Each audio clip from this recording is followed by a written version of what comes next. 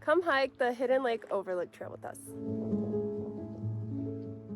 Okay, so definitely a lot of stairs to start out, but we've hit kind of a flat line here, so we're just enjoying the views. Everything's really pretty.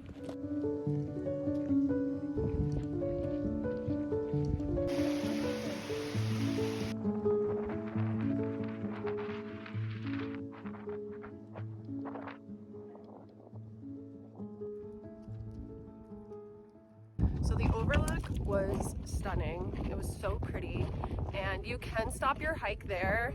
It was worth every single one of the steps we took.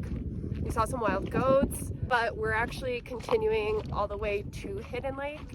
So we're halfway there, and now starts the decline. Don't want to hike all the way down there, guys. This view, it's the same one, but I'm still in awe of it.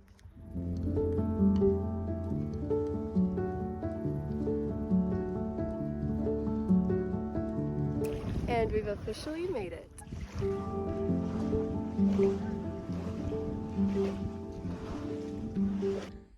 Just keep in mind, all the way down, you will have to hike back up.